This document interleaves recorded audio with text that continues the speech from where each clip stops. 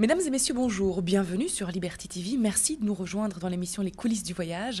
Aujourd'hui, j'ai le plaisir de recevoir Régine Marchand, qui est la présidente du comité régional du tourisme de l'Aquitaine. Bonjour. Bonjour. Merci beaucoup d'être avec nous. Alors, étant basé à Bruxelles, vous venez quand même de loin. Vous comparez votre région à un diamant. Pourquoi ? Alors, un diamant, ça a plusieurs facettes. Et notre région Aquitaine, elle a plusieurs facettes aussi. Je vais vite vous l'expliquer. L'Aquitaine, donc pour la situer au niveau de la France, se trouve dans la région sud-ouest du bas de la France, complètement sur la gauche, quand on regarde la carte de la France. Et nous avons, quand je dis plusieurs facettes, c'est que nous avons toute la côte littorale, c'est-à-dire la côte de l'océan Atlantique, 250 km de long, qui commence, l'Aquitaine commence au phare de Cordouan, à la pointe de Grave, et se finit, ce littoral, à la frontière espagnole, sur Hendaye. Donc là, nous avons 250 km de littoral, de plages évidemment, et de plages de sable fin. Nous avons en bas de l'Aquitaine la montagne des Pyrénées, donc une autre chance aussi, l'océan Atlantique, les Pyrénées en tant que montagne. Et il y a des stations de ski Des stations de ski, alors pas de grandes stations de ski, mais des stations de ski familiales. Là, c'est vraiment un atout majeur d'avoir des stations de ski familiales. Et puis quand on monte après des Pyrénées et que l'on va vers le nord de l'Aquitaine, nous traversons plusieurs départements. Le département des Landes, puisque l'Aquitaine est constituée de 5 départements. Le département des Landes, donc, qui longe l'océan Atlantique, mais où il y a une forêt de pins, la plus grande forêt de pins d'Europe, un grand massif. Nous arrivons donc au nord de l'Aquitaine après avoir passé le bassin d'Arcachon, qui est vraiment une autre facette aussi de notre Aquitaine. Le bassin d'Arcachon bordé par la dune du Pilat, qu'on voit d'ailleurs justement que l'on voit justement en ce moment à l'écran, la plus haute dune d'Europe, une dune de sable. Et puis nous avons, après, quand nous regardons l'Aquitaine, sur la droite, la Dordogne comme département, le lieu de la préhistoire, avec la grotte de Lascaux, qui entre autres est classée au patrimoine mondial de l'UNESCO. Donc vraiment un lieu de préhistoire, des villages médiévaux.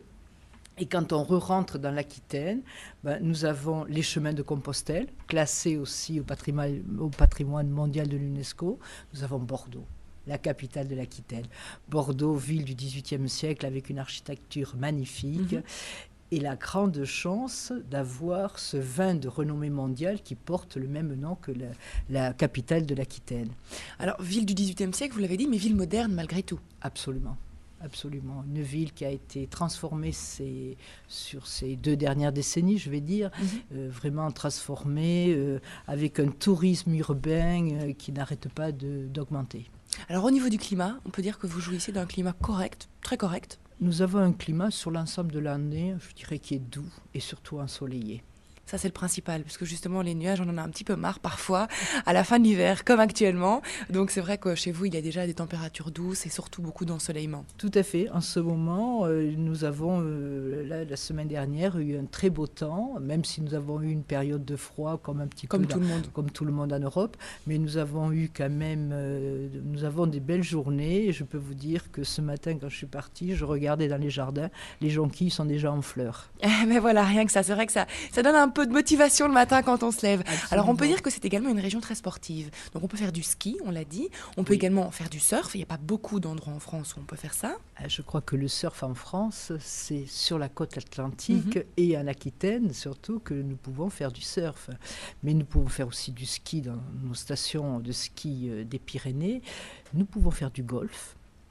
Nous pouvons faire, comme nous avons quand même des montagnes et des chemins de Compostelle, beaucoup de randonnées. Donc nous pouvons faire énormément de sport. Alors je ne parle pas du vélo, parce que le vélo, maintenant, nous allons en faire de plus en plus. Nous avons déjà des pistes cyclables, notamment le long du canal latéral à la Garonne, mais nous allons inaugurer au mois de juin, qui est un grand événement, le 30 juin de cette année, nous allons inaugurer la la Vélodyssée. C'est-à-dire que c'est une piste cyclable qui part de Roscoff, bien évidemment qui arrive d'Angleterre, mais qui part de Roscoff et qui va à Hendaye, frontière à la limite de l'Espagne. Et donc nous avons 1200 km de pistes cyclables de Roscoff à Hendaye, avec 80% à peu près de pistes sans voiture. D'accord, donc c'est pour les familles, pour les enfants, Absolument. C'est pas spécialement du vélo de compétition Pas du tout. Ça peut être pour le touriste vacancier qui aime faire aller tourisme et sport et qui va faire Roscoff-Hendaye, mais ça peut être un dimanche après-midi, on a envie d'aller faire un peu de vélo, et on fait une portion de cette piste. Ça peut être, c'est surtout famille aussi, c'est pas sportif, ça l'est, mais c'est aussi familial. Voilà, on peut le prendre dans le sens que l'on souhaite. Alors, on a parlé de Bordeaux, évidemment. Bordeaux est notamment connu pour ses vins. Il y en a beaucoup, mais il y en a partout dans le territoire. Donc, c'est aussi une destination pour le no-tourisme. Absolument. L'Aquitaine, 120 vins. C'est pas fait exprès, mais c'est comme ça, c'est 120 vins. Donc vous trouvez évidemment à Bordeaux tous les vins que l'on peut trouver sur le département de la Gironde. Alors c'est le Saint-Émilion, c'est le Médoc, c'est le Saint-Estèphe, c'est les vins de Pessac, Léognan, c'est les Graves, c'est beaucoup de vins. Mais il y a du vin dans d'autres départements de la région Aquitaine, notamment en Béarn, vous avez le Jurançon, en Dordogne, vous avez le Bergerac, le Mont-Bazillac. Dans les Landes, il y a le Tursan. Nous pouvons aussi trouver de l'Armagnac, qui est un alcool, le bas armagnac, que nous trouvons dans les Landes aussi. Donc nous avons beaucoup de vins et des vins connus mondialement. Et alors au niveau de la gastronomie, il n'y a pas que le vin, il y a également le plaisir de la chair. Mais tout va ensemble, je dirais. Et donc au niveau de la gastronomie, des produits typiquement aquitains, l'huître d'Arcachon.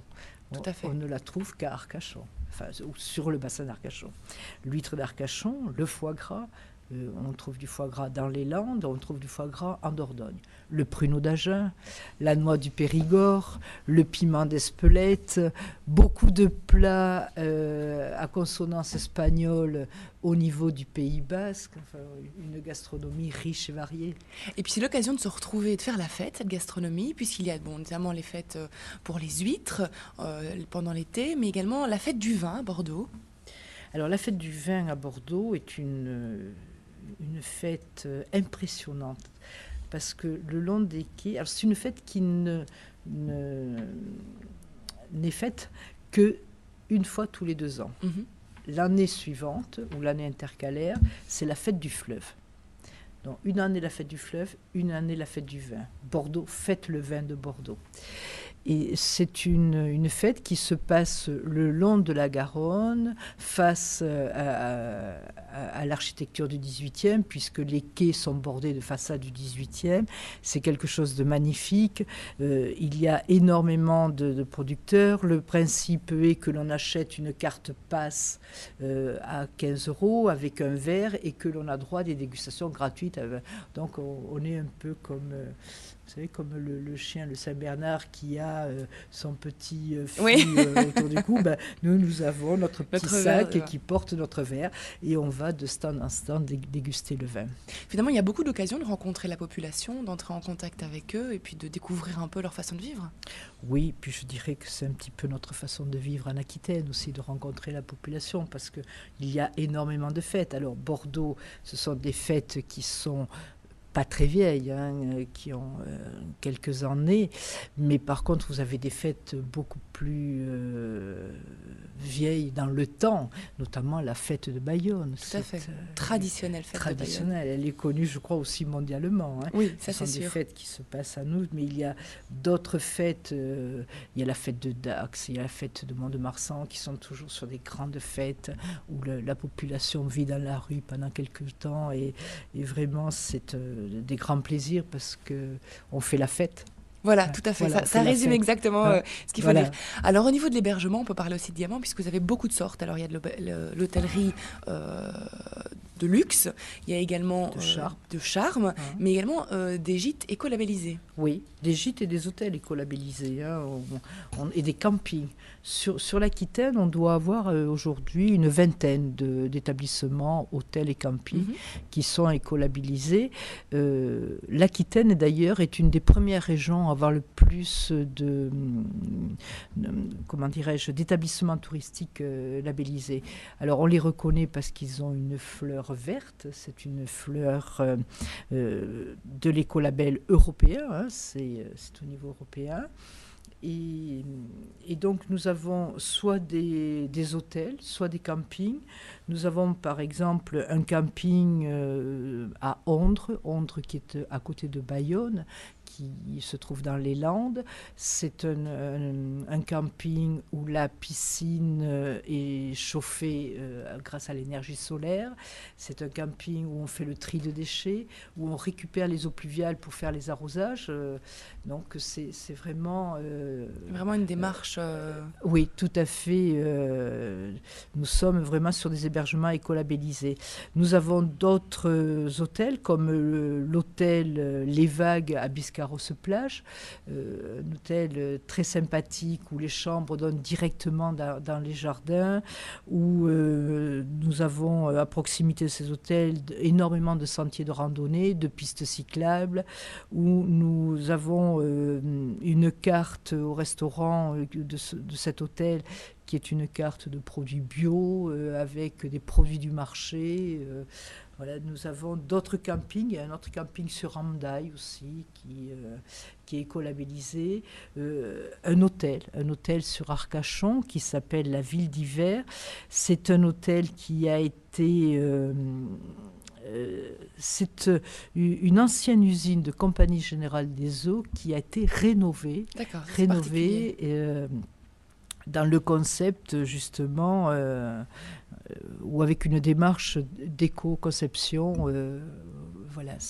Voilà, donc vraiment de l'hôtellerie pour tout le monde, pour tous les goûts, pour toutes les bourses également, en fonction de la démarche que l'on souhaite faire. Il n'est pas vraiment possible de découvrir toute l'Aquitaine en un week-end. Il faut soit faire un week-end mais y retourner, ou alors il faut partir carrément pour des plus longues vacances. On va rappeler le site internet. Où y revenir souvent. Voilà, où y revenir souvent. On va rappeler le site internet sur lequel... Parce qu'on peut en parler pendant 1 heure, mais on ne saurait pas tout dire ici. Donc il y a un site internet qui est très bien fait, qui reprend tout. Il va d'ailleurs y avoir une version néerlandaise. Absolument, sur 2012, elle va paraître. Donc voilà, il y en aura vraiment... tout le monde pourra s'y retrouver. Le site, c'est www.tourisme-aquitaine.fr. Aussi simple que ça. Merci beaucoup, Madame Marchand, d'avoir été avec nous aujourd'hui, de nous avoir fait partager, d'avoir donné un petit coin de soleil comme ça sur l'Aquitaine. Merci beaucoup. En espérant vous retrouver à l'Aquitaine. Avec grand plaisir. Merci à vous de nous avoir suivis et très bonne suite de programmes sur Liberty TV.